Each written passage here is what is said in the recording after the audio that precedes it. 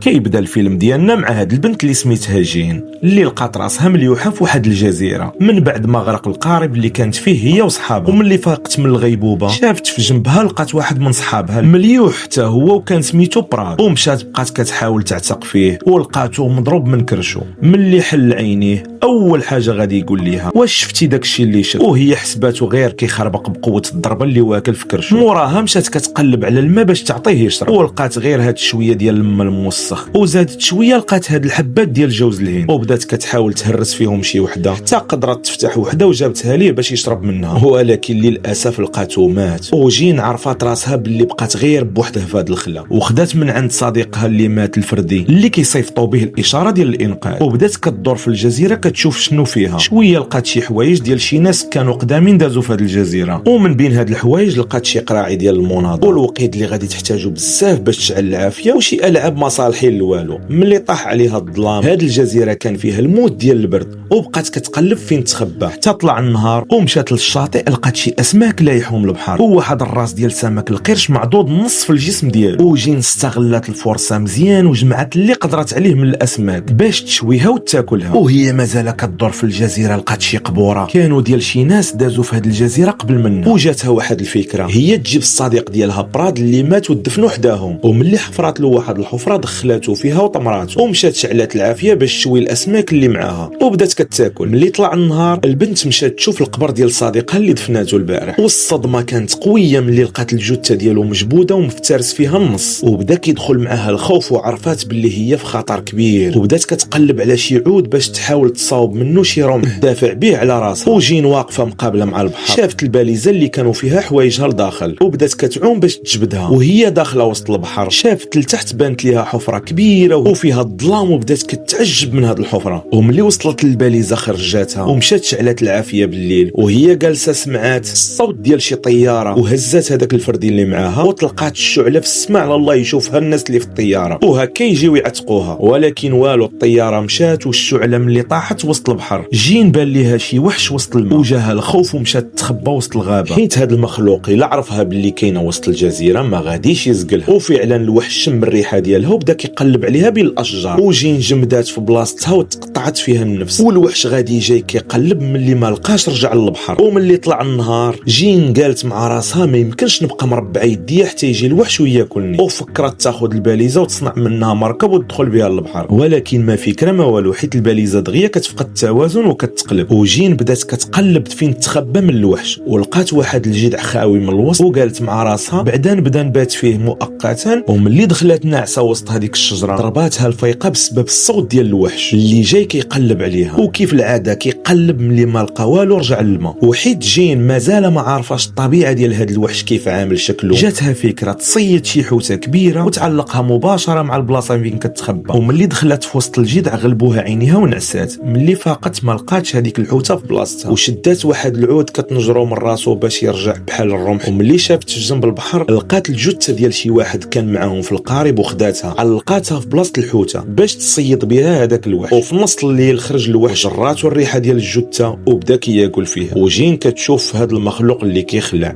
وملي سال من الماكله رجع كيقلب عليه. وفي ديك الساعات الوحش مازال قريب، سمعات جين شي صوت ديال شي طياره في السماء، ومع الاسف ما قدرت ترسل لا اشاره لا والو، حيت اي حركه الوحش غادي يسالي معاها. والنهار اللي موراه جين جاتها واحد الفكره تصاوب شي بلاصه عاليه فين تبقى تنعس، وخدات ازار وعلقاتو. وفي الليل الوحش غادي يجي ويشوفها وجرها من الفوق. جين بدات كتقاتل مع هذا الوحش باش ما ياكلهاش، وفي واحد اللحظه صافي الوحش غادي يفترسها ضربات واحد الرعده والبرق. والوحش كان كيخاف من الضوء ديال البرق وهرب رجع للبحر ودخل نفس الحفره اللي كانت في القاع ديال البحر. وقدرات جين تنجو منه في اخر لحظه. وجين في الصباح لقات راسها مضروبه في رجليها وهي كتحاول تنقي الجرحى. شافت باللي شي مركب ديال الانقاذ قريب للشاطئ فين كاينه هي. وملي وصل خرج منه شاب وشابه وكانوا صحابها اللي كانوا معاها في نفس السفينه قبل ما تغرق. وكانت الفرحه ديالها كبيره بزاف وبداو كيعنقوا في بعضياتهم. ملي جلسوا كيرتاحوا عطاتهم يشربوا من هذيك الكوكا اللي لقاتها في الثلاجه، وبدات كتحكي لهم القصه ديال الوحش اللي كاين وكيفاش كياكل الجثث ديال صحابهم اللي ماتوا، وطلباتهم باش يرجعوا في المركب اللي جاو فيه باش ما يفترسهمش الوحش. ولكن للاسف ما تيقوهاش ورفضوا يرجعوا للبحر حتى هما تعذبوا بقوه الامواج اللي كانت غادي تسالي معاهم. وجين كتحاول تقنعهم باللي خاصهم يرجعوا يركبوا في هذاك المركب ديال الانقاذ، حيت الا بقاو هنا مستحيل يبقاو حيين، حيت الوحش غادي يسالي معاهم. والولد والبنت جالسين في جنب البحر. جين بدات كتجمع حوايجها وكتوجد باش تدخل البحر. وملي شافوها تبعوها، والبنت ضرباتها على راسها حتى غيبت. وملي فاقت لقات راسها مربوطه من يديها. وملي ضرباتها الفيقه لقات البنت حداها وقالت ليها صافي ما نوليش ندير فيك الثقه، حيت انت غير كتهلوس. وقالت ليها هاد التخربيق ديال الوحش اللي كلا براد جبتيه غير من راسك. والشاب قال ليها انت اللي قتلتي براد وانا ما غاديش نثيق فيك وندخل البحر نخاطر بحياتي بسبب التخربيق ديالك. وحتى هو قال ليها نفس الهضره باللي ما غاديش يولي يثيق بيه. وجين كتفكر غير كيفاش تهرب من هاد الجزيره وما مسوقاش ليه شنو كيك. وشويه البنت كتمشى في جنب البحر وشافت واحد الراس ديال الحوته معضوضه بحال اللي لقات جين المره الاخرى، وبان ليها شي مخلوق جاي كيجري اتجاهها. وجين والشاب سمعوا الغوات ديالها من بعيد، والشاب بدا كيجري باش يعتق البنت. وملي وصل لقى الوحش كيفرس فيها، والدري كان هاز واحد العود شاعله فيه العافيه وبدا كيضرب في هذا الوحش. والشاب كيشوف صاحبته جارها الوحش وسط البحر وهو ما قادر يدير والو. والنهار اللي موراه عاد اقتنع الشاب بالهضره اللي قالت له جين، وبداو كيجمعوا اي حاجه غادي يحتاجوا وسط البحر، وكلاو اخر وجبه ليهم باش غادي يدخلوا للبحر. ملي ركبوا في هذاك المركب ديال الانقاذ ودخلوا شويه بان الوحش من تحت وتقبلهم المركب. والبنت كان عندها الفردي ديال الانقاذ وقدرت تضربوا به. الوحش غادي يغبر شي شويه ورجع ليهم وشد البنت من رجليها وبدا مهبطها لتحت. وجين كانت هازه معها شي موس وبدات كتضرب فيه وقدرت تفلت منه. والشاب هبط باش يعاونها، ولكن صدق هو اللي شادو الوحش وجرو وسط هذيك الحفره اللي في القاع ديال البحر. وتما جين بقى لها حل واحد هو ترجع للجزيره. ملي وصلت لقات المركب اللي كانوا فيه خرج للشاطئ. وجين مشات لهذاك الجمر اللي خلاه وبدات كتحاول تشعل العافيه باش توجد المعركه مع هذا الوحش ولا غادي يقضي عليه. وجمعت بزاف ديال العواد ومضاتهم كاملين بحال السيف، وشدات واحد المذكره وخلات فيها كاع المعلومات ديال هذا الشيء اللي دوزات هنا في هذه الجزيره، باش الا جاو شي ناس جداد لهذه الجزيره يوجدوا راسهم لهذا المخلوق بحال اللي دارت هي. وفي الليل خرج الوحش ودخل وسط المصيده اللي كانت وجدات ليه من قبل، وغير دخل وسطها شعلات فيه العافيه وبدات كتحاول تضربو بهذاك الرمح اللي صاوبات. ولكن الوحش كان قوي عليها وضربها طيحها وشدها باش غادي يقضي عليها. ولكن جين كانت شجاعه بزاف وما استسلماتش، وجبدت واحد الموس وبدات كضربو الستر ديالو حتى طاح قدامها ومات. وجين قبل ما تمشي من الجزيره شدات هذاك الراس ديال الوحش قطعاته وغادي يديه معاه باش مني توصل عند اي واحد يتيق الهضره ديالها. ولكن جين من اللي دارت موراها لقات الجزيره كامله شاعله فيها العافيه بسبب هذيك النار اللي شعلات، وبقات حاصله تما ما عارفه ما دير. وهكا سالات القصه ديالنا. كنتمنى من اي واحد وصل لهنا ما ينساش يخلي ابوني لهذه القناه المتواضعه باش نوصلوا ل1000 ابوني في اقرب وقت. وشكرا لكم كاملين وتهلاو في راسكم.